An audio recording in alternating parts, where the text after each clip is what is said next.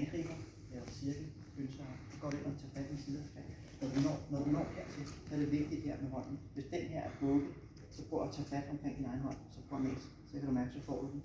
Hvis jeg får strukket det led her, prøv at komme det op lige til fat. Og bare mase. Og lige snart, at vinklen er, hvis jeg bukker det bare en lille smule på mase igen, så får han fat. Så når du er her, frem på den ben, så kan han bedre se. Jeg laver hønser og hugger, du vinder have fat. Og jeg vil gøre det her, så vil jeg gerne strække det led her, så når du maser, at du ikke kan få fat. Så skal den her bevæge hans hoved bagover her, og så ind bagved. Når hovedet er bagover i den vinkel, så kan jeg bagefter trykke ned. Men det her med at strække lidt er utrolig vigtigt. Hvis det bare bukke sådan her, og tage fat. Hvis det bare bukke sådan her, så prøv at tage fat. Så kollapser den tilbage igen. Bukke lidt, kollapse.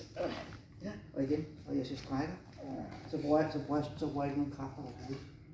Den skal bare være sprukket. Ja. Og så skal den her, hans hoved skal bagover, for han kommer ud af balance.